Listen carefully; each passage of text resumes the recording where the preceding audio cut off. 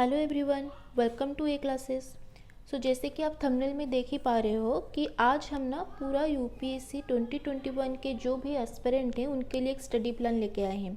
अब 2020 का एग्ज़ाम तो होने वाला है, तो उसके लिए तो स्टडी प्लान लेके आने का कोई मतलब नहीं है, ठीक है। जो लोगों का प्रिपरेशन हो रहा है उनको ऑल द बेस्ट, लेकिन जो लोग ये स्पेसिफिकली जो उन बच्चों के लिए होगा जो यूपीएससी 2021 के प्रिपरेशन कर रहे हैं, ठीक है। तो ये अभी जो बच्चे पहले से स्टार्ट कर चुके हैं अपना प्रिपरेशन मई के महीने से या फिर मार्च के महीने से, तो उनके लिए तो बहुत ही अच्छा है। वो बहुत ही पहले से प्रिपरेशन स्टार्ट किए हैं और उनका प्रिपरेशन अच्छा खासा अभी तक हो चुका होगा, आधा से ज़्यादा। लेकिन ये उन लोगों के लिए है जो अभी तक कुछ भी प्रिपरेशन स्टार्ट नहीं किए हैं, अभी डिसाइड किए हैं कि नहीं मुझे यूपीएससी का 2021 एग्ज़ाम है, ठीक है। तो ऐसे जो भी बच्चे हैं जो यूपीएससी का 2021 एग्ज़ाम के लिए अभी के लिए टारगेट रख रहे हैं, तो मैं बता दूं ये अभी के लिए भी पॉसिबल है। अगर अभी तक आपने कुछ भी स्टार्ट नहीं किया है, आज हो रहा है अक्टूबर, ठीक है। अगर अक्टूबर तक आपने कुछ भी पढ़ाई नहीं किया है तो भी आप अगर इतने दिन तक अभी डेडिकेटेडली आप पढ़ाई करोगे तो भी आप ये एग्ज़ाम को क्रैक कर सकते हो, ठीक है। तो उन बच्चों के लिए स्पेसिफिकली एक स्टडी प्लान है।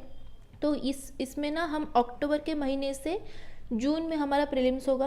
2021 का प्रीलिम्स जून में होने वाला है, तो अक्टूबर से स्टार्ट करके जून 2021 तक हमारा ये एक स्टडी प्लान रहेगा, ठीक है। देखो बच्चे, जैसे कि अक्टूबर 2021 से अगर आप अपना प्रिपरेशन स्टार्ट कर रहे हो तो अक्टूबर नवंबर दिसंबर, ठीक है, ये 2 महीने पहले आप अपना ऑप्शनल से स्टार्ट कीजिए, ठीक है।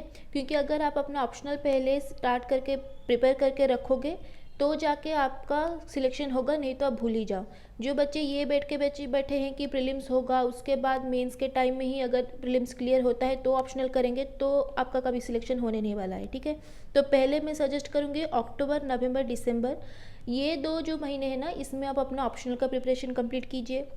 जो भी आपका ऑप्शनल हो उसका प्रॉपर तरीके से उसको ऑप्शनल को डेडिकेटेडली पूरा टाइम दे के उसका नोट्स बना के रख दीजिए, ठीक है। उसके साथ साथ आप पॉलिटी हर दिन एक एक चैप्टर उठाइए, ठीक है। अगर 2 महीने अगर है तो 90 डेज़ आप बोल सकते हो, ठीक है। अप्रोक्सीमेटली आप 90 डेज़ बोल सकते हो, उसमें अगर 60 डेज़ आप अप्रोक्सीमेटली बोल सकते हो, तो उसमें अगर आप पॉलिटी का हर दिन एक एक चैप्टर भी कंप्लीट कर रहे हो तो सिफाइस है, ठीक है। आपका पॉलिटी का आधा से ज़्यादा पोर्शन तो कंप्लीट हो ही जाएगा। एक रिवाइज कुछ नहीं तो एक पहला रीडिंग तो आपका कंप्लीट हो ही जाएगा। तो आप ऑप्शनल के लिए डेडिकेटेडली टाइम दीजिए और उसके साथ साथ पॉलिटी कवर कीजिए, और हिंदू आप पढ़ते रहिए, हिंदू को नहीं छोड़ना है, ठीक है। तो अक्टूबर नवंबर में आपको बस ऑप्शनल पॉलिटी और हिंदू पढ़ना है। फिर दिसंबर से जनवरी ये जो महीना है ना, इसमें आपको वही हिंदू नहीं छोड़ना है। जो भी आपने ऑप्शनल पढ़ा है उसका रिवाइज कीजिए, मॉडर्न हिस्ट्री कंप्लीट कीजिए, सोसाइटी छोटा सा चैप्टर है उसको कंप्लीट कर दीजिए, क्योंकि सोसाइटी में ना स्टैटिक पोर्शन इतना है नहीं, उसको जो भी कंप्लीट करना है आपको करंट अफेयर से ही आपका कवर हो जा रहा होगा। तो आपका हिंदू अगर आप पढ़ रहे हैं तो आपका सोसाइटी का आधे से ज़्यादा पार्ट कवर हो रहा है। मॉडर्न हिस्ट्री आप पढ़ लेंगे आराम से, ये बहुत अच्छे से आप कवर कर लेंगे। उसके साथ साथ एंशिएंट हिस्ट्री को भी कवर कर लीजिएगा, ठीक है। दिसंबर से जनवरी ये थोड़ा सा टाइट रहेगा, लेकिन इसको आपको डेडिकेटेडली आपको प्रिपरेशन करना पड़ेगा। ऑप्शनल का रिवाइज कीजिए, मॉडर्न हिस्ट्री एंशिएंट हिस्ट्री खत्म कीजिए और सोसाइटी को ख़त्म कीजिए, ठीक है। फिर आता है जनवरी और फरवरी। जनवरी से फरवरी तक आपको वही हिंदू नहीं छोड़ना है, हिंदू पढ़ते रहना है। उसके साथ साथ अगर आप एंशिएंट के बाद आर्ट एंड कल्चर में इसीलिए रखी हूँ क्योंकि अगर आप एंशिएंट हिस्ट्री पहले कवर करते हो ना तो आपको आर्ट एंड कल्चर में थोड़ा सा पढ़ने में थोड़ा सा आसानी होती है, ठीक है। तो हिंदू कवर कीजिए और आर्ट एंड कल्चर कवर कीजिए। उसके साथ साथ आप ऑप्शनल का राइटिंग प्रैक्टिस करना स्टार्ट कीजिए। कोई भी एक कोचिंग इंस्टीट्यूट हो गया, किसी भी साइट से आप टेस्ट सीरीज खरीद लीजिए और अपना ऑप्शनल का राइटिंग स्टार्ट कर दीजिए। कुछ नहीं तो प्रीवियस ईयर बुक से बुकलेट खरीद के उससे ही प्रैक्टिस करना स्टार्ट कर लो ऑप्शनल का। फिर वर्ल्ड हिस्ट्री कंप्लीट करो और इंटरनेशनल रिलेशन भाई स्टैटिक इतना है नहीं, आपको करंट में फोकस करना है जो कि आपका हिंदू से कवर हो जाएगा, लेकिन फिर भी स्टैटिक को एक बार आप देख लीजिएगा। अब जनवरी से फरवरी, अब हम फरवरी तक पहुंच गए हैं। फरवरी से मार्च तक आपको ऑप्शनल वही रिवाइज करते रहना है, ऑप्शनल नहीं छोड़ना है। उसके साथ साथ आपको ज्योग्राफी कंप्लीट करना है पूरा, ठीक है। बहुत ही बड़ा चैप्टर है लेकिन इंटरेस्टिंग है, तो आपका कंप्लीट हो जाएगा ज्योग्राफी 1 महीने में, ठीक है। अगर आप पढ़ाई अच्छे से ढंग से उसको डेडिकेटेडली टाइम दे के 8-9 घंटे पढ़ाई कर रहे हो तो ज्योग्राफी आपका कंप्लीट हो जाएगा। फिर आता है साइंस एंड टेक। वही अगर आप हिंदू पढ़ रहे हो, करंट अफेयर से अगर ज़्यादा से ज़्यादा मतलब करंट अफेयर पढ़ रहे हो तो आपका साइंस एंड टेक का भी पोर्शन कवर हो जा रहा होगा, लेकिन फिर भी अगर आप कोई नॉन साइंस बैकग्राउंड से बच्चे हो तो आपको साइंस एंड टेक समझने में थोड़ा सा दिक्कत होगा। इसीलिए आप थोड़ा सा बैकग्राउंड पढ़ने के लिए साइंस थोड़ा सा ओवरलुक कर लीजिए। फिर मार्च से अप्रैल तक आपको पढ़ना है EVS, economics, security and Hindu. Okay, EVS complete करना है, शंकर आइस का बुक आता है उसको कंप्लीट कर लेना। और इकोनॉमिक्स का आप जो भी प्रिफर कर रहे हो, जो भी बुक पढ़ रहे हो या फिर कोई कोचिंग का मटेरियल पढ़ रहे हो, जो भी आप पढ़ रहे हो इकोनॉमिक्स कंप्लीट कर लो। मैं आपको बताऊंगी कि इकोनॉमिक्स का आप सबसे बेस्ट है एनसीईआरटी कंप्लीट कर लो। और उसके बाद जो भी करंट अफेयर या फिर जो भी करंट इशू आते हैं ना, उससे ज़्यादा क्वेश्चन आते हैं इकोनॉमिक्स में। तो इतना नहीं पढ़ना है इकोनॉमिक्स आप एनसीईआरटी कवर कर लो और उसके साथ साथ करंट अफेयर से अपडेट हो जाओ। ईवीएस भी करंट अफेयर आपको अपडेट होना बहुत ही मतलब ज़रूरी होता है, क्योंकि आप स्टैटिक सिर्फ अगर पढ़ के जाओगे ना तो आप क्वेश्चन नहीं कर पाओगे।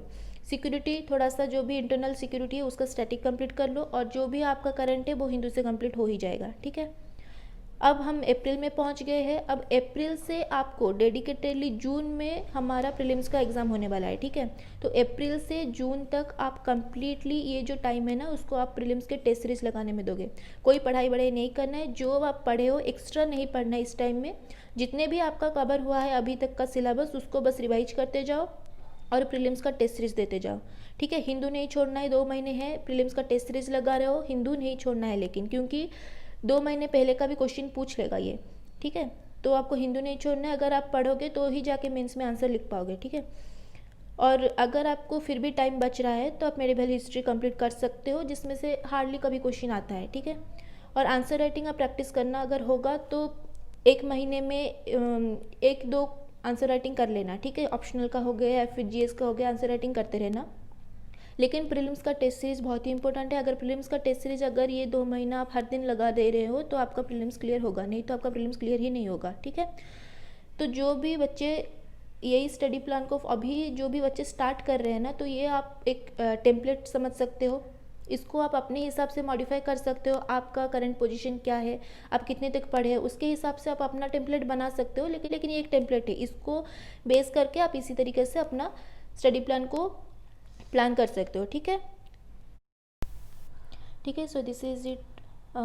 स्टडी प्लान के बारे में इतना ही। अगर आपको मेरा वीडियो अच्छा लग रहा है तो लाइक कर दीजिए और सब्सक्राइब कर दीजिए। और अगर आपको यूपीएससी के प्रिपरेशन में और हेल्प चाहिए तो हम एक वाट का सेशन स्टार्ट कर रहे हैं, 1 क्लासेस का वाट का सेशन, जिसमें हम वीकली जितने भी करंट अफेयर्स आते हैं उसका टॉपिक वाइज एक पूरा डिटेल्ड एनालिसिस करते हैं। मतलब वीक में जो भी इंपॉर्टेंट इशू होंगे उसका हम डिटेल में एक स्टडी नोट बनाते हैं, माइंड मैप्स के थ्रू पढ़ते हैं, और उसको आपको सेपरेट नोट्स नहीं बनाना पड़ेगा। उसको अगर आप लेके डायरेक्ट पढ़ोगे या फिर डायरेक्ट एग्जाम में लिखोगे तो भी आपका हो जाएगा आपका प्रिपरेशन। ठीक है, तो अगर आपके पास कम टाइम है प्रिपरेशन के लिए तो आप डेफिनेटली उसको फॉलो कर सकते हो। ठीक है, सो थैंक यू।